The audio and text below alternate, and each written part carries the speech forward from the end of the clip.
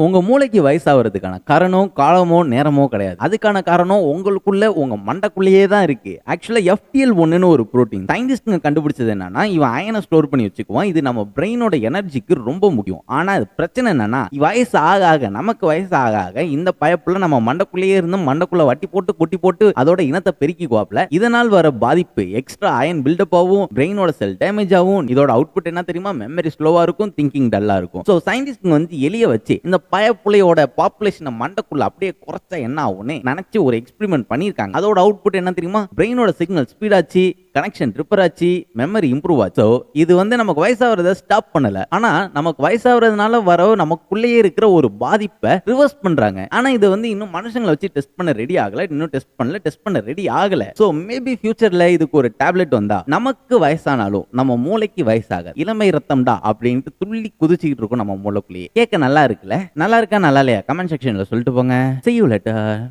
Bye.